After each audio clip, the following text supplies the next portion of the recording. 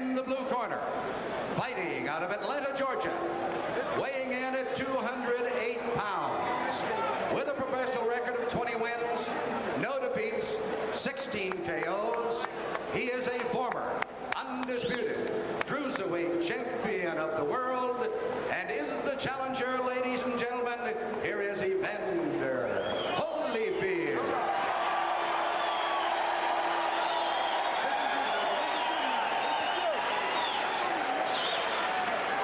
And in the red corner, now fighting out of Miami Beach, Florida, weighing in at 225 pounds. His professional record consists of 37 wins, 1 defeat, 2 draws, with 23 KOs. He is a former WBA heavyweight champion of the world and is the current Continental Americas heavyweight champion. Here is Dynamite Michael Dokes.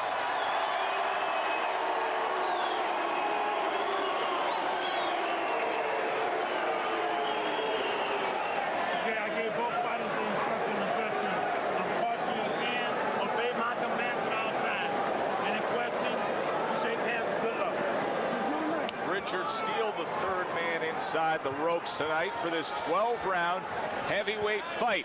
Alongside the Iceman, John Scully, I'm Joe Tessitore. Caesars Palace in Las Vegas, home to Dokes Holyfield, scheduled for 12. The third fight for Evander Holyfield as a heavyweight. Of course, it was only 11 months ago that he TKO'd Carlos Sugar de Leon to unify and become the undisputed cruiserweight champion of the world. Now tonight, Holyfield comes in at 208 pounds.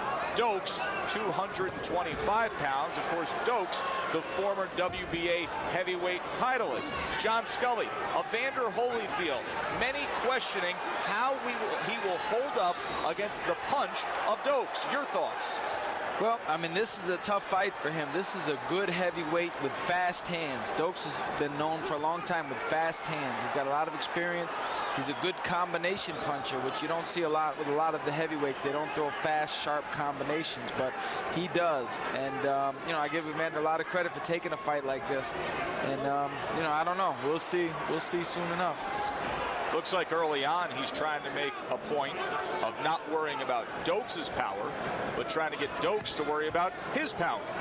Yeah, it's definitely true. He's a warrior. I mean, I like that about Holyfield. He doesn't fight like he's a smaller man coming up. Like he hasn't seemed to take time to adjust to the weight. He's just jumped right in, you know, head first.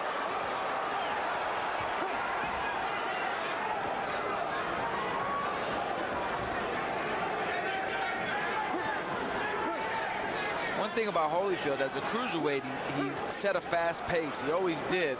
And he actually in this fight, Dokes came out and tried to set the pace. And he did so for about a good 15 or 20 seconds, but it actually seems like it's already maybe began to wear on him a little bit. Plays right into Holyfield's hands.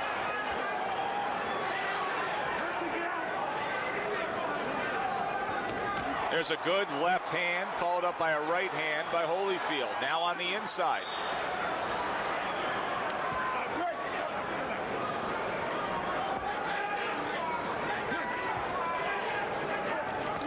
Right hand over the top of that jab.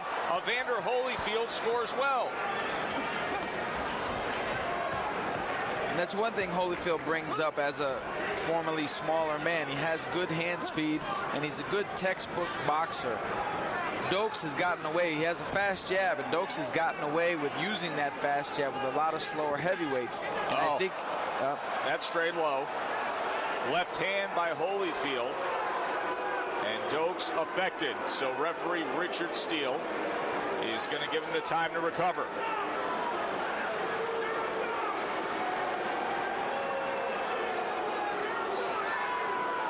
I know it's an illegal blow, but nonetheless, it does play into the mindset of what we were talking about Holyfield letting the bigger man know that he's there.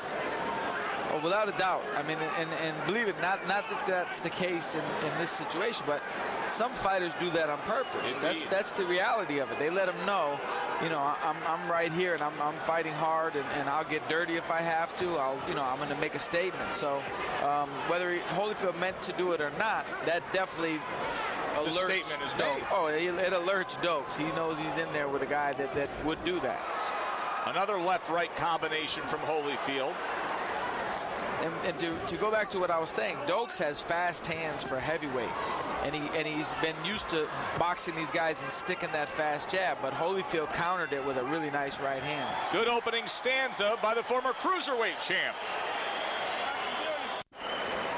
Evander Holyfield spent the past year campaigning as a heavyweight.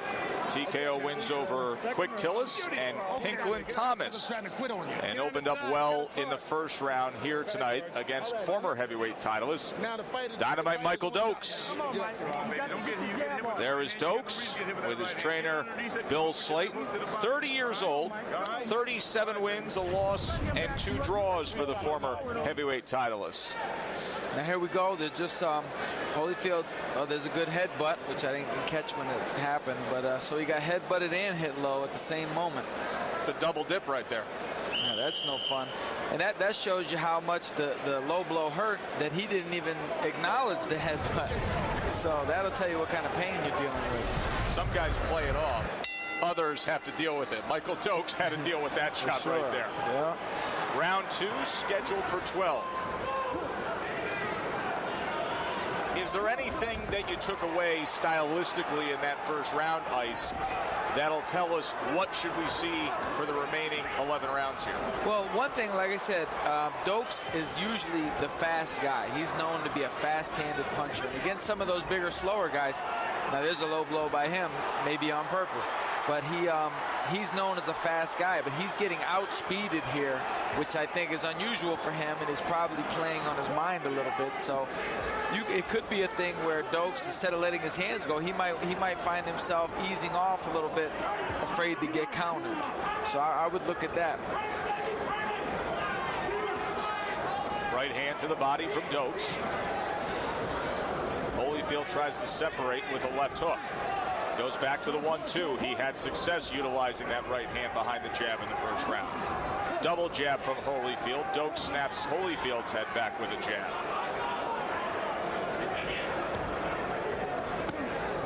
Right hand to the body from Holyfield. Right lead from Holyfield.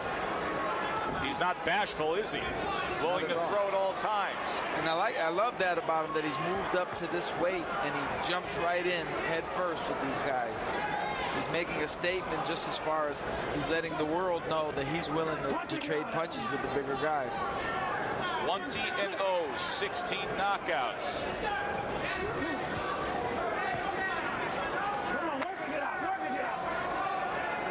I definitely get the sense that the speed difference and the counter punching of Holyfield is surprising Dokes a little bit. He seems like, I've already seen slight signs where it seems like he's kind of hesitating from throwing his punches, whereas normally, like I say, when you see him fight the bigger guys, he generally is a whirlwind when he lets his hands go. He throws 4 or 5 crisp shots in a row. He hasn't really been able to do that here. Well, in that first round, he threw out what was not a lazy jab, just a solid, good, average jab from Dokes, and he was countered with ease by the right hand of Holyfield, so maybe that's playing on. Well, that's where I actually got it from, because he threw 2 or 3 in a row, and on the second or third, he got countered. And I was actually, in my mind, I was thinking of how sharp his jab looked, and Holyfield just nullified it right away, and you actually haven't seen Dokes really pop the jab since then. Testament to the skill and athleticism of Holyfield. Such a dangerous combination he has always possessed. And you see a lot of times when they trade punches, Dokes steps back and visibly takes a deep breath. That's not a good sign at all for him, not with Holyfield. The former champ and the real deal through 2.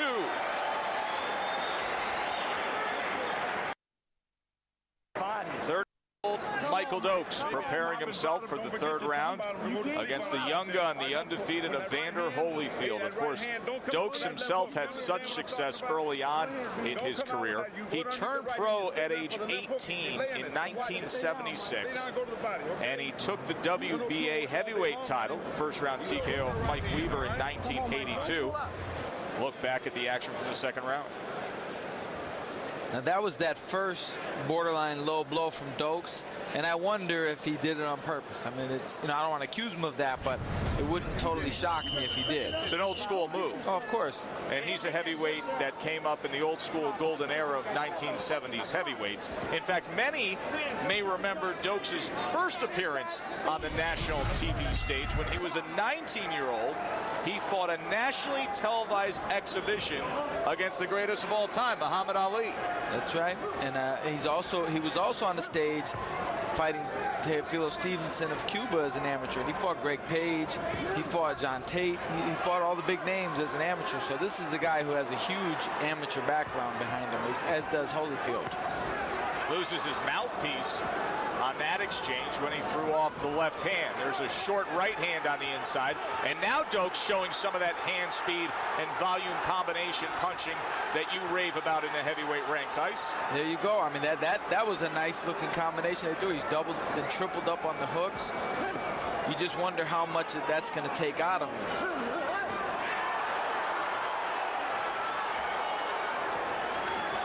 Combination from Holyfield, an uppercut in the midst of those four punches.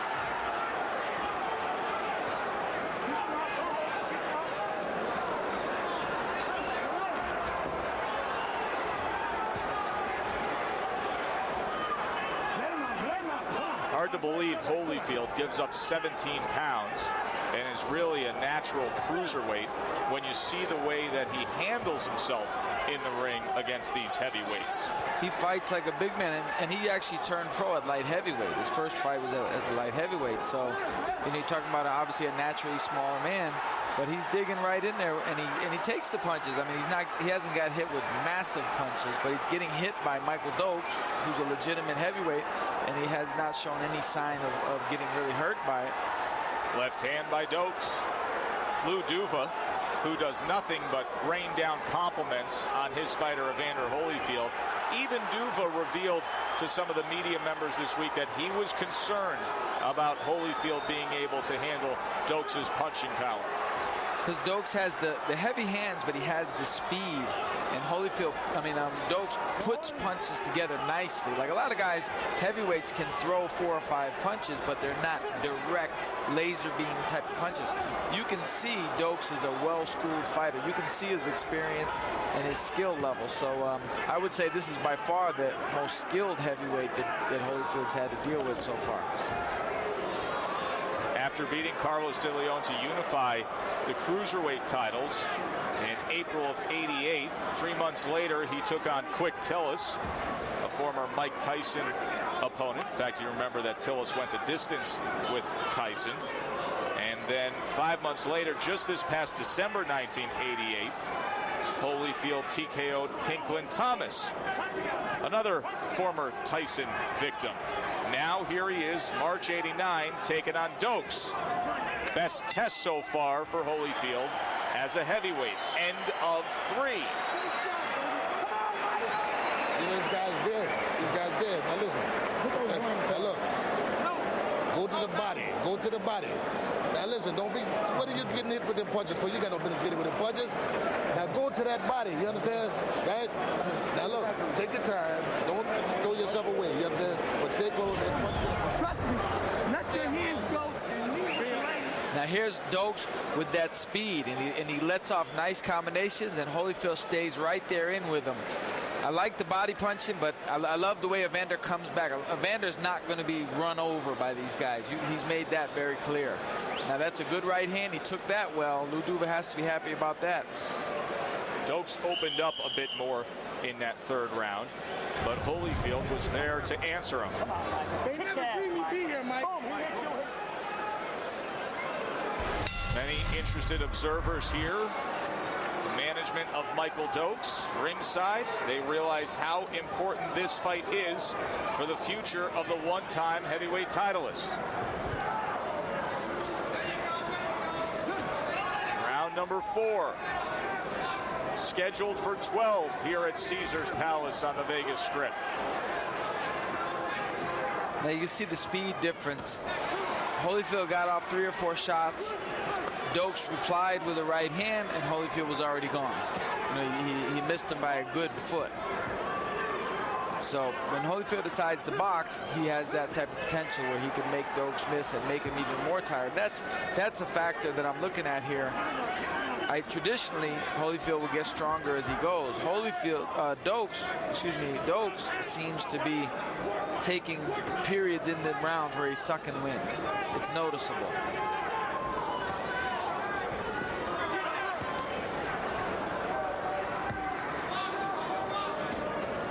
Double jab from Holy.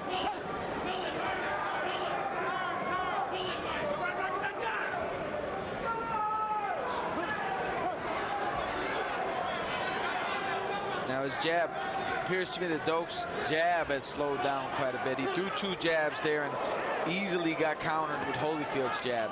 So I think if Holyfield kept his distance here and let his own speed become more of a factor, I think he could start picking Dokes apart a little bit here.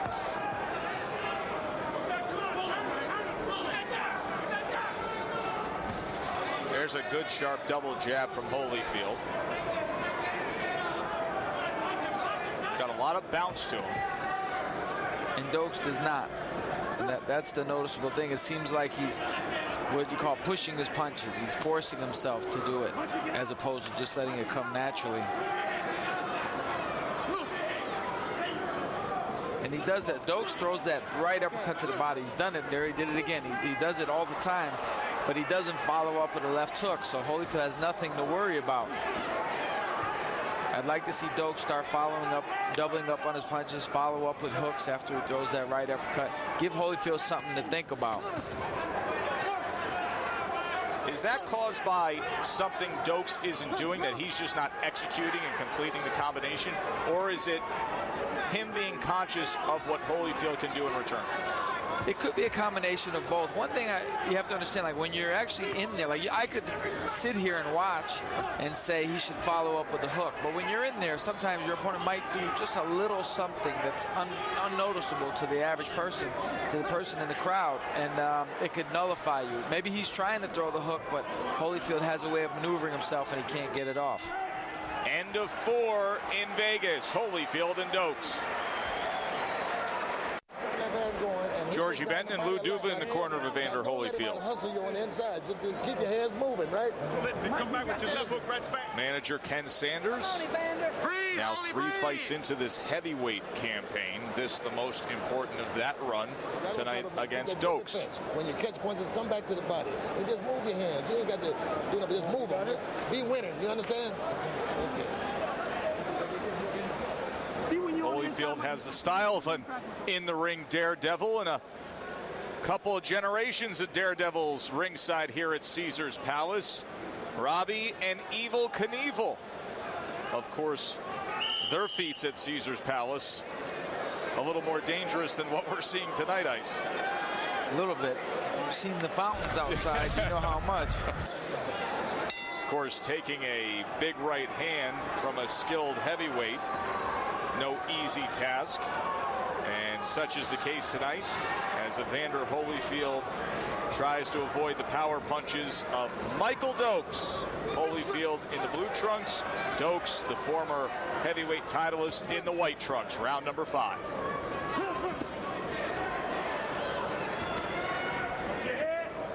I think that body shot by Holyfield might have slowed Dokes up a little bit there. He not just for the fact that he stopped punching, but the look on his face. It looked like it took a toll on him a bit.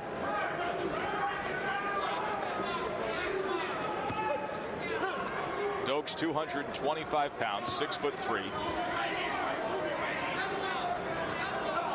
Very inviting target to the body he is for Holyfield. Holyfield, good game plan to try to stay consistent going to the body.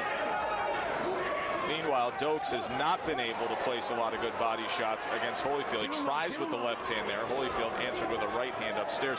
Holyfield, for a heavyweight, I know he's only 208 pounds, but one of the smallest waisted heavyweights you'll ever see. Right, he looks like a middleweight. He looks like he's still a light heavyweight, actually. And yeah, very well conditioned, apparently. I mean, he looks good. He looks like you would want a fighter to look like. What I like about Holyfield, what I think he should be doing here, because if you notice, Dokes is starting to tilt forward. From the waist up, he's tilting forward, almost like he's looking at the floor. That's a bad sign. That's something a smart fighter like Holyfield will pick up on if he hasn't already. You want to... Dokes' force is pushing, making him fall forward. You can step back and let him fall forward and put him right into your uppercuts to the body, doubling the power of them. Another thing, There's flat. a great example of it right there. Right, I'm sure Holyfield's a smart fighter. He sees it, and he's just looking to time it. I think the more fatigue Dokes gets, the more he's going to tilt forward from the waist up and get ripped up on the inside. But one thing that Holyfield should also be doing right now is stepping around, little steps, because he can touch Holyfield. He can touch Dokes with some good little shots and then step around. See, now he waits there, and that's what happens. Now he turned a little bit there. That was good. And you see how good he got 2 or 3 shots off. After Dokes had a 3-punch combination, they paused for a moment. And Holyfield once again scoring with the uppercut, just like John Scully said he would. Dokes leaning forward, tilting forward with that head, and Holyfield able to take advantage here in round number 5 with the uppercuts on the inside. That left hand strayed towards the belt line again from Dokes. That's about 8 borderline low blows. 5 rounds in the books. Good crowd here at Caesars Palace. Holyfield, Dokes look back at round number 5. Well, now Holyfield just slips out, but there's the right hand. Dokes, now one thing, Dokes landed a good right hand, but he's falling forward as he throws it. Like if he missed that, he probably would have fell forward and fell right out of the ring. That's the way it appeared. You see, he's leaning. See that back foot kind of fall forward. Right, it comes up. It's like he's losing control of himself a little bit. Then on the inside, Dokes was able to connect, and Holyfield. See, Holyfield turned him. Just like I was saying, he can turn him, and Dokes will be forced to look for him. He'll be forced to walk into things, because if Dokes is a little bit tired, his reflexes won't be as good. Stepping around and punching off that would serve Holyfield very well in this spot. If there's any one thing I think you can take away from this fight so far, with 5 rounds complete, is that on paper, Dokes is much the bigger man. Yes. But in the ring, it doesn't necessarily play out that way. No, I think conditioning and agility is evening the table, so to speak.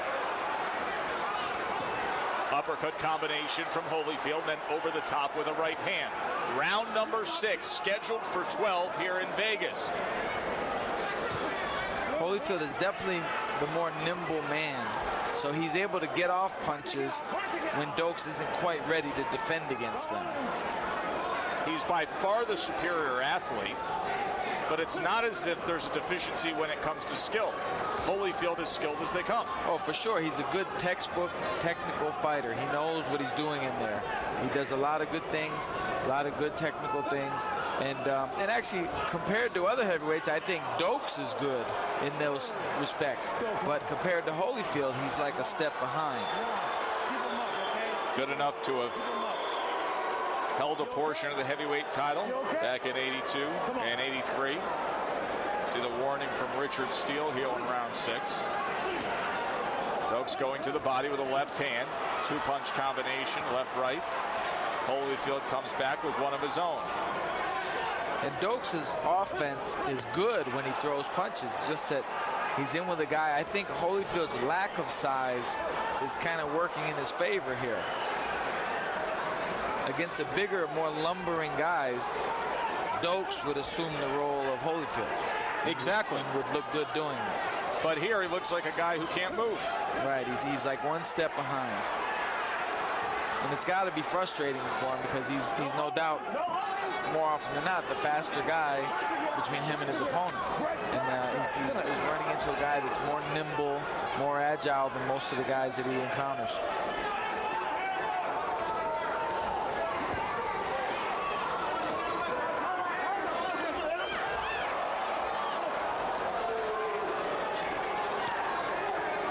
Holyfield now challenging that midsection of Dokes. Let him go, let him go. You can see Lou Duva, Georgie Benton in the corner of Evander Holyfield. They know how important this is. Going after that ultimate goal of contending for the heavyweight championship. Of course, the current undisputed champion, Mike Tyson, just 2 weeks removed from his TKO of Frank Bruno here in Vegas. Last year, Tyson destroyed Michael Spinks to officially take that throne as the top heavyweight in the world. And Duva and Benton feel very strongly that one day Evander Holyfield will meet up with Iron Mike, the undisputed champ. Little something extra there. I don't want that no more, okay? Richard Steele trying to take control as Evander Holyfield lingering in the corner of Michael Dokes, and the veteran cornerman Lou Duva comes over to escort him back. Give me the Vaseline. You got a bad gut. Now look, work on that gut. You got that power. What eye is it? Okay, work on that eye. Now listen, settle down. You understand? Hey, listen. Cut above the left eye of Michael Dokes. Must have opened up in the final moments of that 6th round. So now an extra concern for the former WBA titleist.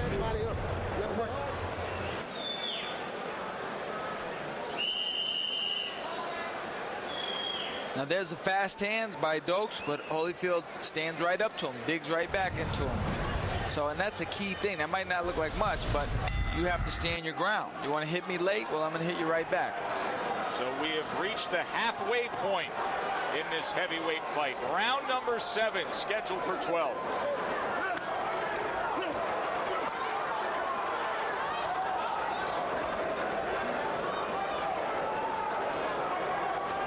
Watch your head break. Holyfield unbeaten.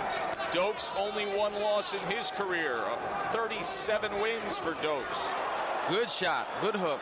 He's wobbled with that one, I think.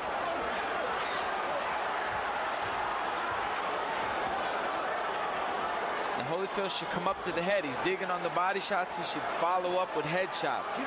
Don't leave your punches down at the bottom, at the body.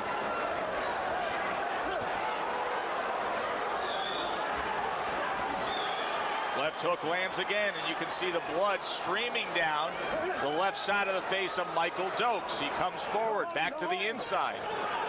And Holyfield just did what I thought Dokes was supposed to be doing. He threw the right uppercut to the body, and he followed up with the left hook, and he landed it flush on Dokes' mouth. Punching it out, punching it out. Keep him up, keep him up. Like Another there. left hand strays a little low, and you get a warning from Richard Steele. And the problem is he leaves it down there. He lands it or he doesn't, but he leaves it down there. He should come up to the head like Holyfield does. There he goes. Now that was good. He came up to the head with it. You have to double up, follow up on your shots.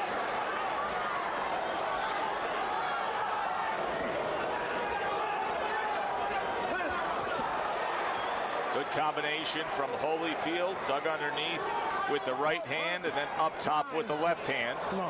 And Richard Steele is going to tend to the wrap on the right glove of Dokes.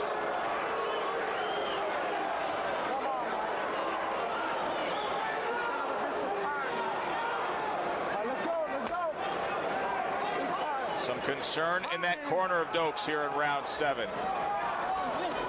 Keep him up, keep him up. Holyfield has scored well, plus Dokes is dealing with the cut near the left eye. Work your way out. Work your way out. Let's go. Now Dokes is definitely in a little bit of trouble here as far as physically. It looks like his body might be breaking down a little bit. I'd like to see Dokes and Holyfield mix in more jabs and set up his right hand, land the big right hand. Landed 2 good right hands in that exchange. And now, after dealing with the right glove, you can see tape on the left wrist of Dokes coming loose. Right. Time. Go to the corner. Go.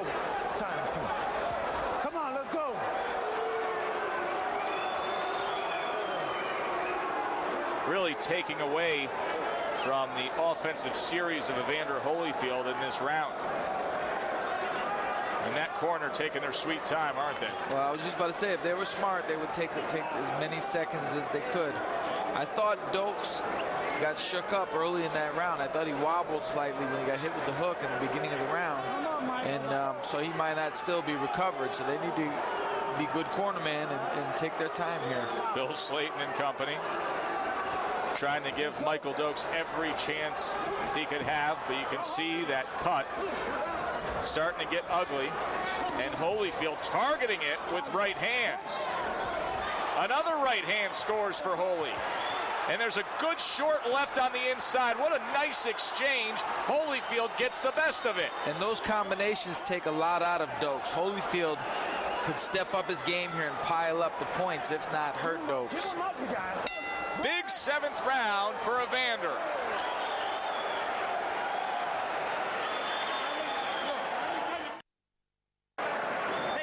The climate has changed for Michael Dokes.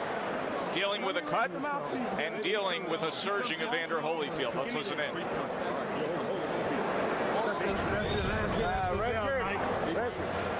Now, even without the cut, that was Holyfield's round all the way, just because of the combination. Now, that's when, in the beginning of the round, when he hurt him with the hook, Dokes actually recovered pretty well from it, but he was definitely wobbled with that.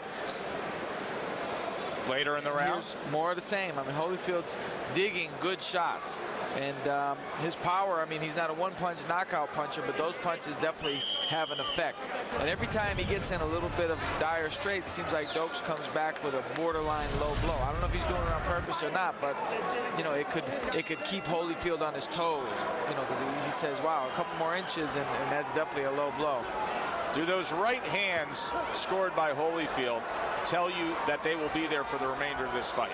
I think the more fatigue Dokes gets, the more the right hand will land. Dokes making a conscious effort to come out strong to open up this 8th round. Now, he looked very good there, but if he can't sustain that, then the tide's probably going to turn in a bad way right here. Tries the body shot. Let's see if he can keep that pace up.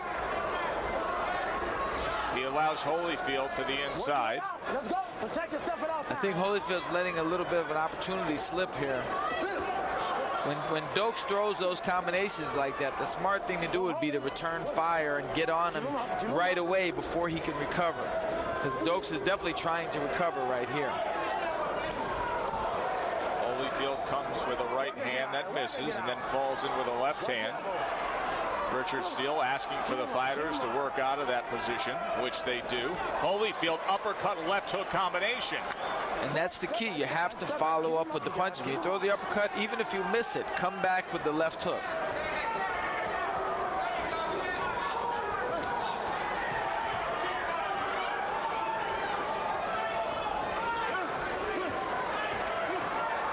Dokes working well on the inside, goes with a 1-2 and tries to send Holyfield back with a left hook. Now it looks like Dokes is fighting like the bigger man here in round number 8. It just seems like every time he throws a good combination, it takes so much out of him. But at least he's working here. Oh, definitely. No, he's working, and Holyfield's not. So, but there's a lot of time to go now. No doubt. Wow. Good left hook from Dokes. Much needed rally. Holyfield returns fire with a right hand. Holyfield still with that bounce. And now 2 right hands. And he's got to get that jab in there. He's got to slow this guy down. Good shots there. Holyfield scores with 3 punches. Dokes comes back with a left hook. Heck of an 8th round here in Vegas. This is a very good round, but the telltale thing is going to be how Dokes reacts to it. How Dokes comes out for the next round. That tape on the right wrist coming loose again. Good right hand. Holyfield comes back with a 2-punch combination, including the uppercut, and sends off another uppercut on the inside. And he's turning now. Now that's beautiful. Holyfield is turning like he's supposed to. He's forcing Dokes to turn to his own left, and he's catching him with good shots. John Scully, you called it. Dokes would need to keep it up because Holyfield would return, and he did. He finishes up this 8th round very, very strong.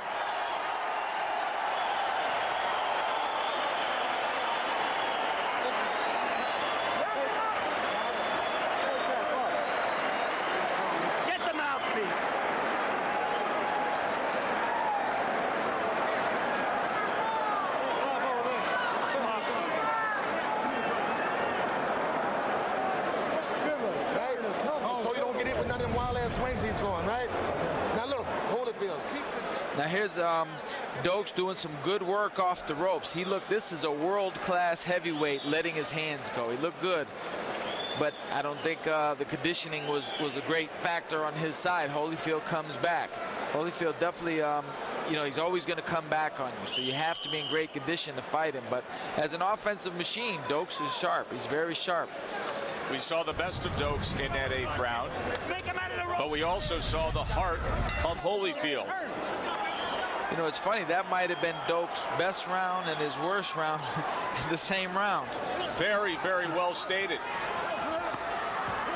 But he's fighting, though. I'll tell you, he showed signs of fatigue several rounds ago, but he's working in there. I mean, he's not a quitter, that's for sure. He's definitely trying to dig his good shots in there.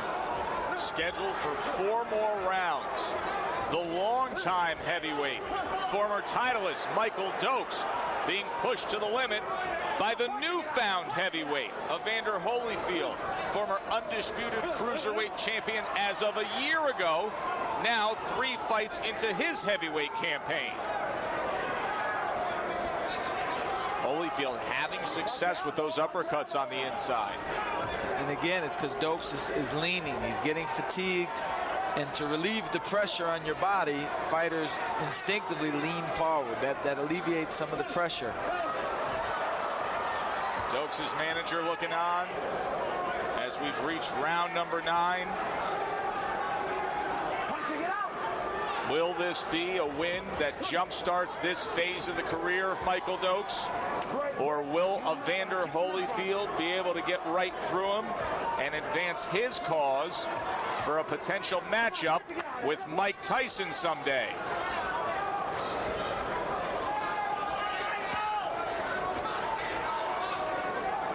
Holyfield looks comfortable on the inside.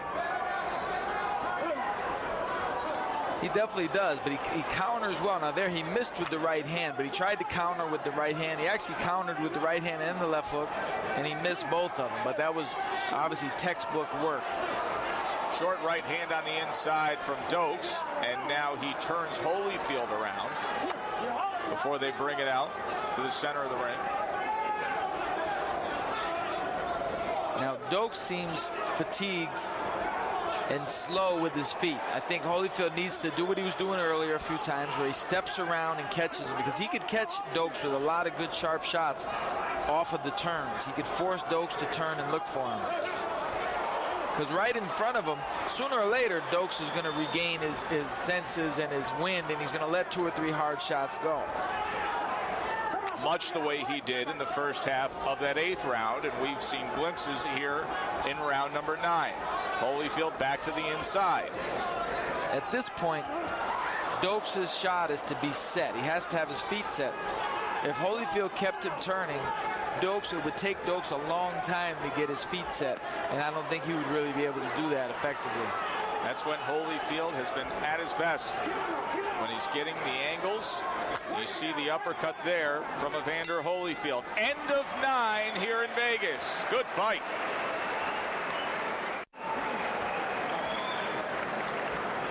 Is this the end of the road for 30-year-old Michael Dokes as a heavyweight contender?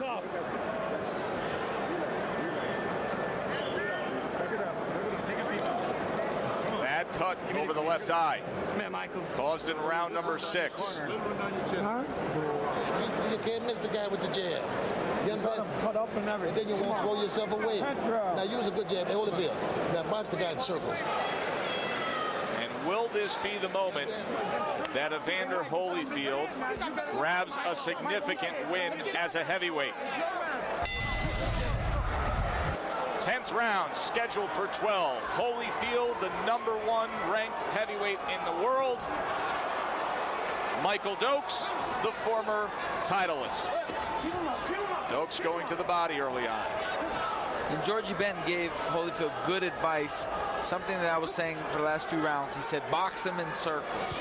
Keep him, what he means is keep him turning, keep him walking into your punches, because Dokes is a little bit tired now, and he's flat-footed.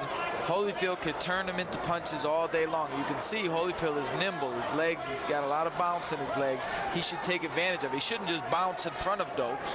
That's kind of pointless. It doesn't really give you any kind of benefit. Holyfield, a lot of bounce. He could go to a little stick and move strategy here in these last 3 rounds, take him and coast home to a victory.